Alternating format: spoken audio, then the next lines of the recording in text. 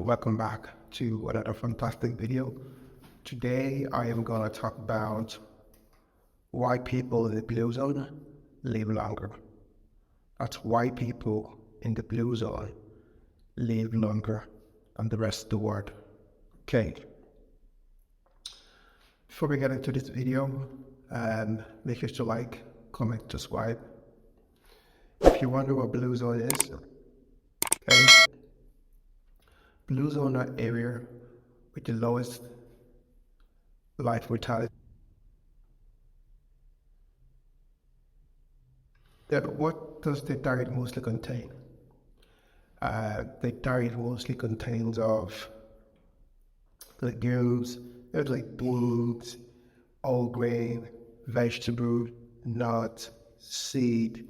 So the more nuts you can eat, seeds, more vegetable, more fresh food, more organic food that came from the ground, food that can go off, not like processed food.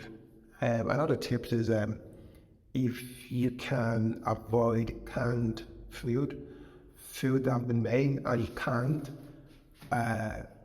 it's not added to them anyway. So at some point, it might be best to just, if you can, eat less canned food, so to baked beans or food that's already being pre-processed and stored in the can. That's another tip to avoid it. The blue zone, like I said, blue zone is a area in the world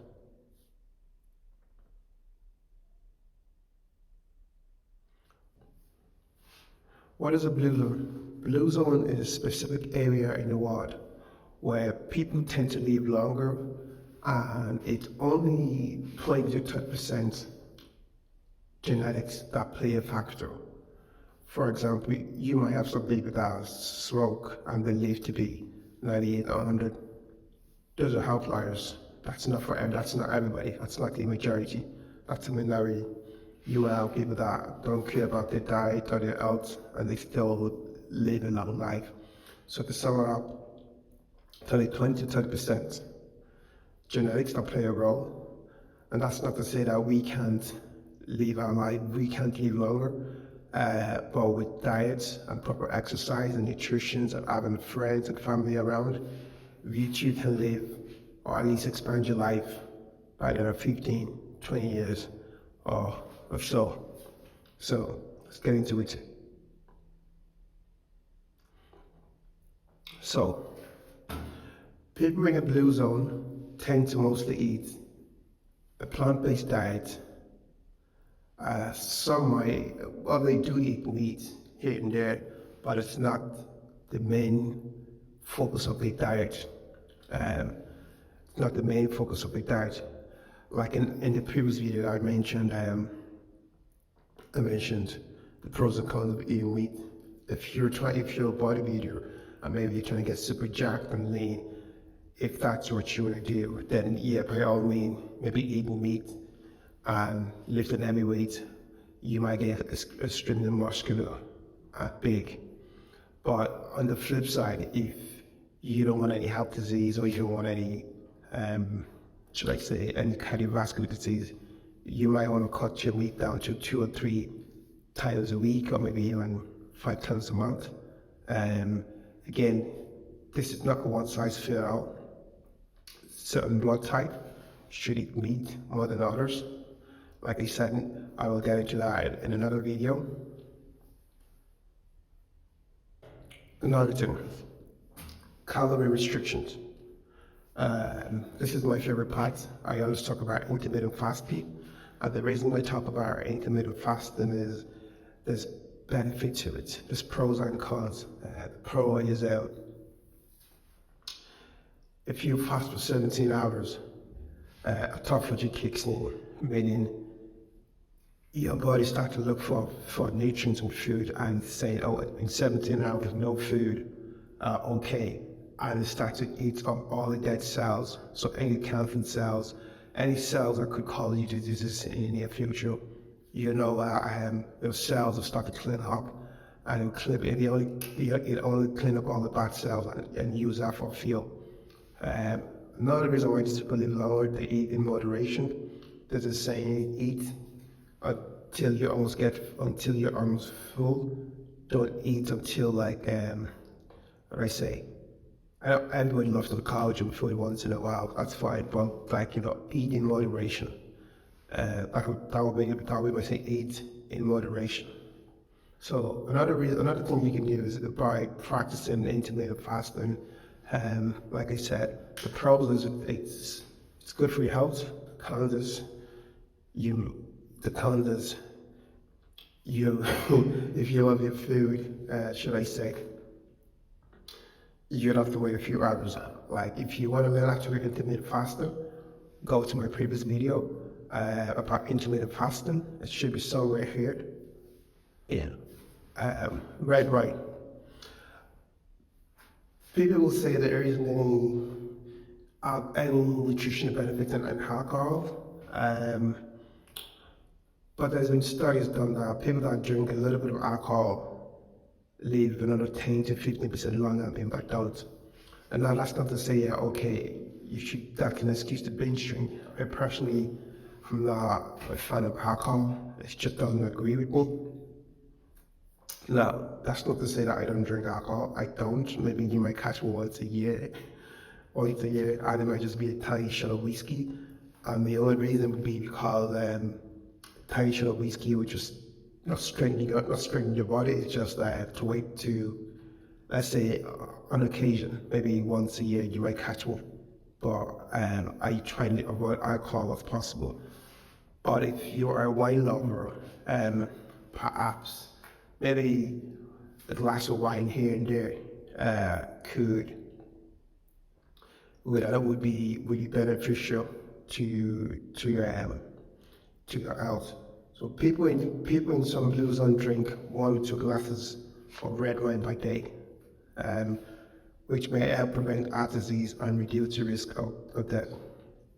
So people in the blue zone, I'll say that a lot of people in Sardinia, Italy, some of them may eat pasta, but I don't think that wine is one of the reasons why they live longer. I also think it's by them having a whole general balanced diet and having friends and family around them as well. So 1 or 2 glasses of wine per day, or maybe 1 or 2 glasses per wine a week, if you're not a fan of alcohol, might be beneficial as well. Moderate to physical exercise. So, moderate physical exercise that is built into their daily life, such as walking, climbing stairs, may help prolong life. Now, there's a study that says as we get older, we tend to lose muscle mass, and one of the first things that goes is your legs. If you're maybe in your early 30s, going 40s, if you can do resistance training, fine. But maybe if you're a little bit older, even working, trekking around 30 minutes. One thing I'm big on is trekking to places.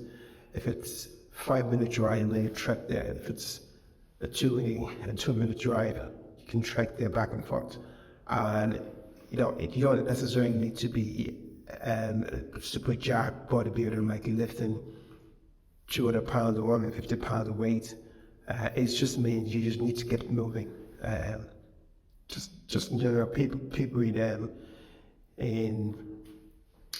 ancient days, people had to walk around for miles and miles to find food, to hunt for food. And now we don't have to do that anymore because we have internet, we have Uber Eats, we can order online, so constantly deliver our food. So the least you can do is, if you're not a big fan of extreme exercise or weightlifting, you can do a 30-minute around your entire estate, or maybe just get some fresh air, get your body moving. Okay. Another thing is sleep. The people that say, I'll sleep when I die. Sleep is for poor people. Look, that's well and good if you are still a young guy, maybe you're still in your 20s, yeah, like you can get it. Like, I mean, when I was in my 20s, probably when I was in college, I can get it. So it paid off because I was able to maybe get better grades, I get better offers. But in the long run, just remember, especially those of you like that do night shift, just know that your lack of sleep now will show up in your body 5 to 3 years later. So some of you might be business owners and you might have to work around the clock, I've been there. Some of you might be students, you need to do your thesis. Some of you need to pick up extra shift um, to pay your bills. I understand they all grind on life. That's not to say that you should just sleep in. I mean, for me, for instance, if I have a project to do, if I have something that's gonna keep me up, if I have to, let's say, work a 16, 12 hours, 14 hours straight, then I might rest. I mean, I used to get away with like sleeping 3 hours a night. I can't like now. I try to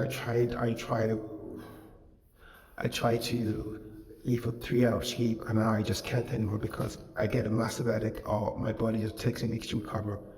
So if you must, let's say if you're doing a night shift, maybe only do 4 night shifts or 3 night shifts a week, and then you might need to sleep longer to compensate. Instead of sleeping 6, 7, 8 hours, you might have to sleep an extra 2 hours just to make up for the lack of sleep. But as soon as you're able to get yourself in a routine and maybe go to bed earlier, get up earlier, that might even work. If you go to bed earlier, get up earlier, that's another thing you can do. If you're a night owl like myself, I would suggest finding a balance on maybe going to bed earlier and getting up earlier. And that should balance it out. Just because the lack of sleep alone, as time goes on, not only do you have a risk of catching dementia if you if you're sleep deprived in your 40s and maybe early 30s and 40s and 50s, your likelihood of catching dementia is low, maybe under 20%, if not higher. A lot of people my age just want to keep to themselves, especially nowadays where we have smartphones, we have internet, we have Netflix, we have YouTube, we have TikTok, we have Instagram. It's so easy to get sucked up into that little word, into that little word island, to not realize that we as humans, we are social creatures. We're designed to be with other people, tribes of people. And if you look at, like, say, in a community, for example, you might have a tribe of 80 people. That's the way we design to live with each other. But like now, there's a lot of people that live alone. They don't have anyone to come to. They don't have any friends or family to share time with. By just having friends or family alone, that alone will do wonder for your health. People that have no friends, if I'm correct, it's almost the equivalent of smoking. I know it doesn't make sense, but I'll see if I can find the studies or find the article. I'll see if I can link it in this video.